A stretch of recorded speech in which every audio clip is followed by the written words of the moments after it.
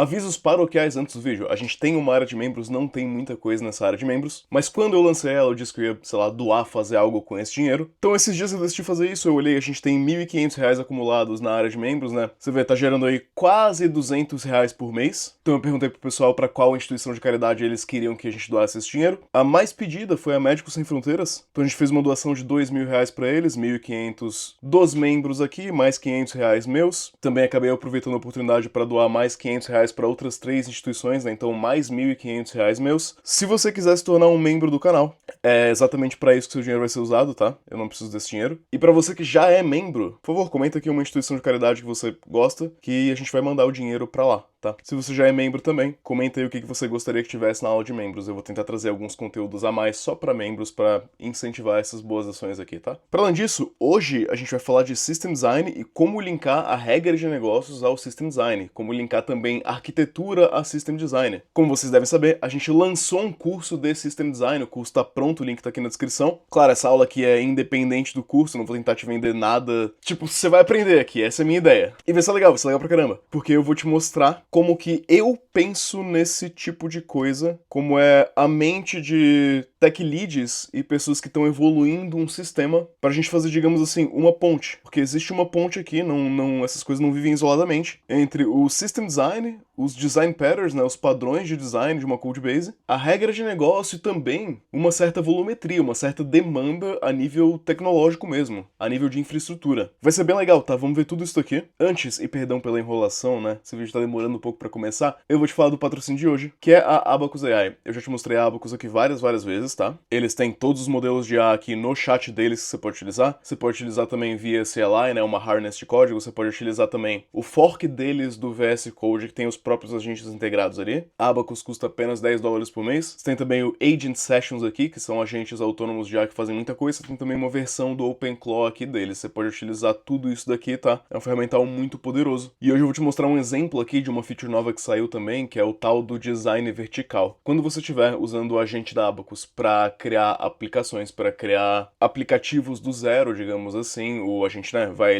ele vai fazer o Agent Swarm, que ele vai separar vários subagentes para conseguir criar esse aplicativo de maneira rápida e confiável. Ele vai fazer ali os wireframes do design e tal. E ele tem um ferramental novo que, olha só, você tá vendo agora na tela, que é essa parte de fazer o design vertical ali para encaixar certinho no celular e validar esse design. É algo super interessante, é super poderoso, vai acelerar você levar uma ideia para um MVP, tá? E pode ser algo muito vantajoso. A gente tem visto, né, que criar essas aplicações do zero e chegar num product market fit ali, conseguir botar isso daí de maneira rápida na frente do usuário, tem acelerado muitas startups. Então, se você tiver interesse, ferramenta da Abacus custando a partir de $10 por mês, o link vai estar aqui na descrição, tá bom?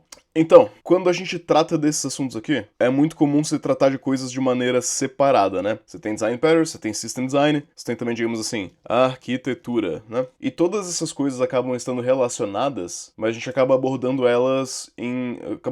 partes diferentes delas. Nos design patterns, a gente vai falar, né, sobre factory, a gente vai falar sobre adapter, a gente vai falar sobre strategy, né? Os padrões lá do livro do Gang of Four, Design Patterns. Quando a gente fala de arquitetura, a gente geralmente fala sobre event-driven, né? Arquitetura orientada a eventos, arquitetura hexagonal, clean architecture, de repente aqui um monolitos, microserviços.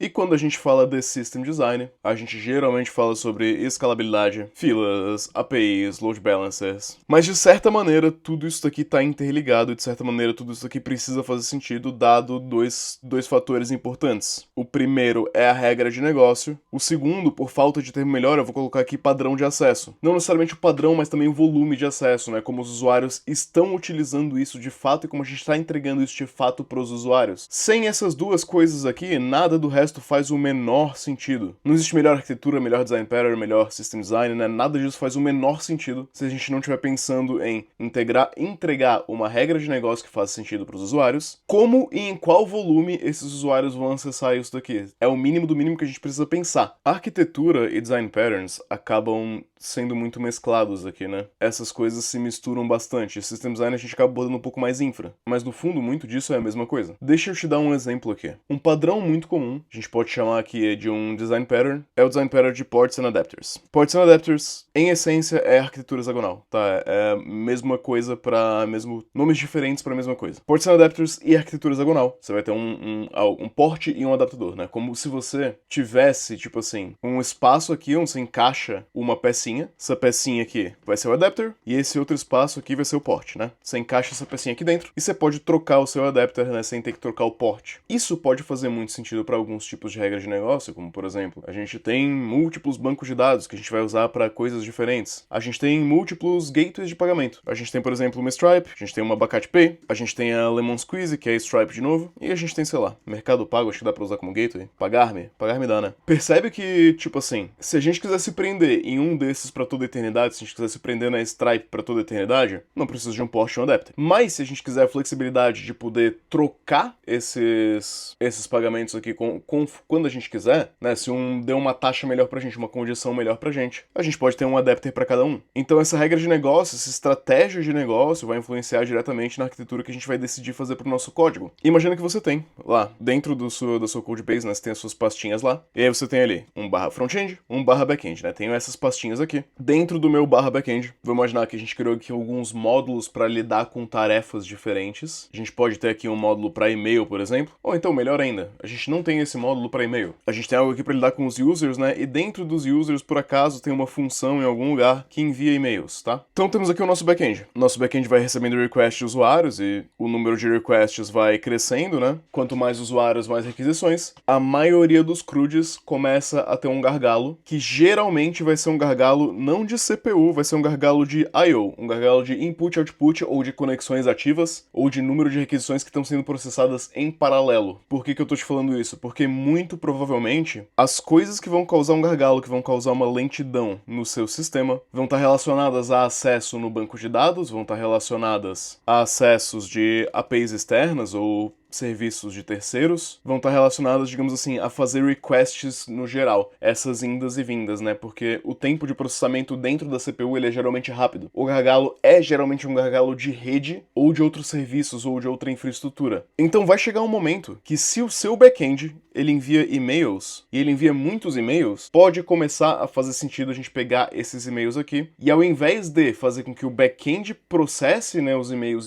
gere os e-mails e envie os e-mails, a gente joga essas informações aqui numa fila, para desonerar o nosso back-end. Então isso aqui vai entrar numa fila, essa fila em algum momento, ela vai resultar em algum outro lugar, pode cair num lambda de repente, pode cair num, o que a gente vai chamar aqui de um worker, ou então um consumidor dessa fila, e esse consumidor que está desacoplado do nosso back-end, é outro sistema que pode ser que a gente dá manutenção, outra equipe dá manutenção, ou então a gente terceiriza, mas esse outro sistema aqui vai ser o responsável por enviar e-mails. De modo que isso afeta a nossa codebase, de modo que isso afeta como a gente vai estruturar isso daqui. E se a gente já tiver esse problema pensado de antemão, a gente pode estruturar aqui nossas pastinhas, nossa codebase de uma maneira diferente. A gente pode ter ali as queues de maneira diferente, ter os e-mails. A gente pode também pensar nos padrões de acesso do nosso banco de dados, né? Que, nota, também vai dar um gargalo aqui em algum momento, muito provavelmente. E é legal que a forma com que a gente escreve isso daqui comporte também a adição de uma cache, que provavelmente vai ser outra maneira que a gente vai aliviar um pouco o nosso sistema aqui, né? Adicionando uma cache. Nota que, quando eu falei em fila, quando eu falei em worker e consumidor, eu tô falando aqui do desenho do meu sistema, né? Mas eu implicitamente tô usando aqui um padrão que se assemelha a PubSub, né? Um padrão de Publisher Subscriber, que é um design pattern, uma arquitetura orientada a eventos. Nota como tá tudo interligado? O nosso número crescente de usuários criou um gargalo no envio de e-mails, por isso a gente teve que botar o envio de e-mails numa fila, ou seja, fazer um e-mail ali orientado a eventos, onde o meu back-end não mais envia e-mail, ele publica um evento de, ó, alguém precisa enviar esse e-mail, e alguém vai reagir a isso daí. A gente linkou o System Design com a arquitetura com os Design Patterns. Outro exemplo legal disso daqui, tá? Quando a gente tem um único back-end, temos aqui o nosso monolito back-end, né? Dentro do meu monolito back-end, vamos imaginar que a gente tem o nosso user aqui, né? Algum módulo do nosso user, algo nesse sentido. E a gente tem também um módulo aqui de pagamentos, payments, né? né? Nosso usuário faz pagamentos. Se a gente tiver isso daqui num monolito, isso pode funcionar de N maneiras. A gente pode, não recomendo, mas a gente pode muito bem, dentro do próprio user aqui, né, no módulo do usuário, dar um import no payments e simplesmente usar o payments aqui numa boa. Se a gente fizer isso, a gente vai estar se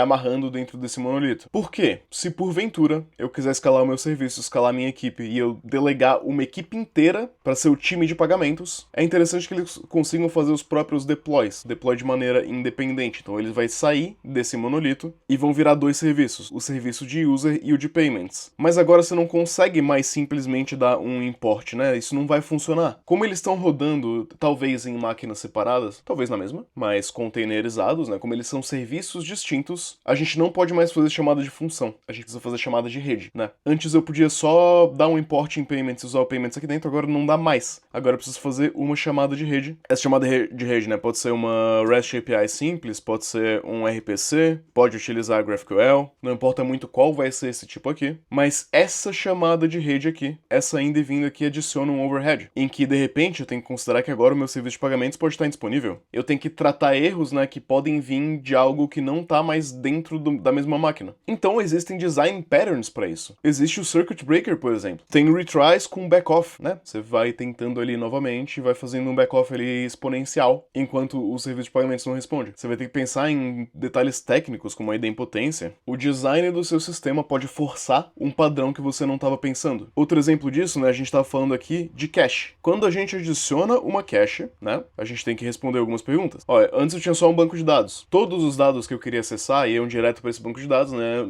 adicionava ali, buscava no banco de dados e fechou, problema resolvido. Agora, como eu quero essa escalabilidade maior, eu tenho uma cache, eu preciso responder algumas coisas. Onde que vive esse código, né, a lógica aqui da cache? Como que a gente invalida os dados, né? A gente faz cache invalidation. Cada serviço tem a própria cache. Onde roda a cache? Roda na mesma máquina? Roda numa máquina diferente? E como é que você vai traduzir isso aqui pro código? Você pode muito bem implementar uma cache via um decorator. E você pode usar esse decorator em volta do seu banco de dados, né? E fazer o código desse decorator, de modo que a gente vai olhar na cache antes de olhar no banco. Observa que é sempre muito importante a gente estar atento à regra de negócios. Também é muito importante a gente estar atento ao tamanho da equipe, porque é o seguinte, é muito diferente eu tenho uma equipe de 30 pessoas, onde cada 10 pessoas são responsáveis por um serviço, ou eu tenho uma equipe de 2 pessoas, onde a gente tem 20 microserviços. O primeiro caso é ok, o segundo eu não recomendo. A regra de negócio ela também vai influenciar muito o tipo de decisão que a gente pode tomar, porque é o seguinte, um exemplo que eu gosto de usar muito aqui é um exemplo baseado em workers e o quanto de latência é aceitável para determinada ação, dependendo do que o nosso usuário está fazendo. Como assim? Vamos supor que o nosso usuário faça o upload de um vídeo. Upload de vídeo. Aqui, a gente tem o nosso sistema, né? Vamos jogar aqui o sistema como um todo. E outro usuário, em algum outro momento da vida, faz o download de vídeo. Download de vídeo. O que a gente quer priorizar aqui? Porque se eu pensar no seguinte, né? Olha, eu quero que no momento que o usuário faça o upload desse vídeo, esse vídeo esteja disponível. No mesmo exato momento que ele fizer o upload, o vídeo vai estar disponível. Isso é possível? Até é. Mas aí o usuário vai subir um vídeo de 10 GB, nosso sistema vai ter que lidar com esse vídeo de 10 GB, armazenar esse vídeo de 10 GB em algum lugar e imediatamente está disponível para servir esse vídeo de 10 GB para os nossos usuários que estão fazendo download. Se ao invés disso eu achar aceitável fazer uma compressão nesse vídeo, eu consigo baixar de 10 GB para de repente 1 GB. E tem outra regra de negócio interessante, que é o seguinte, quando um usuário assiste um vídeo em todas as plataformas de vídeo hoje em dia, você pode escolher ali embaixo na direita a qualidade desse vídeo. Inclusive até em plataformas que você não pode escolher, como por exemplo, acho que a Netflix não dá para escolher, não sei, ou TikTok ou Instagram, dependendo da sua conexão de rede, você vai baixar uma versão diferente daquele vídeo, que pode ter menos ou mais gigabytes. Então nota que o nosso sistema, ao invés de ele armazenar um vídeo cru aqui, né, numa Blob Store, ao invés dele fazer esse armazenamento cru, a gente pode desenhar esse sistema de modo diferente, que se a gente permitir essa compressão, se a gente achar que isso é válido, a gente pode adicionar um pouco de latência para nos dar uma escalabilidade maior, jogar isso daqui numa fila, jogar isso daqui num worker, esse worker vai fazer a compressão, vai transformar esse vídeo em 4 ou 5 vídeos, né, um de 360 pixels, um de 480, um de 720, um de 1080, um de 4K, transformar em vários vídeos, vai armazenar esses vários vídeos numa Blob Store. Na verdade, a gente provavelmente vai ter uma Blob Store temporária para os vídeos RAW, né, o vídeo do arquivo completo, e também uma Blob Store para eles já comprimidos. E aí o download vai vir a partir daqui. Todo esse design desse sistema vem do fato de que quando o usuário faz o upload de um vídeo, é aceitável ficar um certo tempo processando esse vídeo e transformando ele em vídeos menores, fazendo a compressão dos vídeos, e é esperado que quem faça o download possa fazer o download de tamanhos diferentes. E todo esse design desse sistema vai afetar o meu código também, né? Porque é muito diferente eu só pegar um vídeo que o usuário faz upload direto pro meu sistema, ou eu fazer todo um número de N etapas para eu conseguir me dar uma escala maior, pra gente conseguir dar uma experiência melhor para quem tá fazendo o download desse vídeo, e isso vai vir com um custo de um upload que vai ter um tempo de processamento depois, vai fazer com que a experiência seja um pouco mais lenta para o upload, mas para quem tá fazendo download tem mais possibilidades, tem mais flexibilidade. Todas essas coisas estão profundamente linkadas. E é por isso que a gente tem dito cada vez mais para você prestar atenção na regra de negócio, para você prestar atenção no tamanho da equipe, para você prestar atenção em o que a gente está querendo servir para o usuário, quais trade-offs são aceitáveis, que isso vai influenciar o código, isso vai influenciar a arquitetura, isso vai influenciar a infraestrutura que a gente vai rodar isso, vai influenciar até como a gente vai organizar nossas equipes, porque é muito diferente eu ter uma equipe inteira trabalhando num back-end, não é uma única codebase, ou eu ter vários microserviços. Então todas essas coisas estão profundamente interligadas, a gente precisa compreender esse todo aqui. Espero que você tenha aprendido algo hoje, ou pelo menos gostado dessa conversa. Se você quiser aprender mais, a gente tem um curso de System Design, o link vai estar na descrição. Eu passei 1 ano produzindo esse curso, você vai poder comprar ele, você vai ter 1 mês inteiro para pedir reembolso se você achar que não fez sentido para você, tá? A gente ensina todas essas coisas e muito mais, e ele é bem focado em entrevistas, eu te ajudo a passar em entrevistas de System Design. Se você tem esse interesse, clica no link na descrição, vai ter um cupom especial para você vendo desse vídeo, tá? A gente tá lançando esse curso esse mês, lançou faz, acho que 2 dias, a partir do lançamento desse vídeo, e eu garanto que você vai aprender muita coisa, tá? Novamente, demorou mais de 1 ano pra produzir esse curso. E finalmente tá no ar, link na descrição.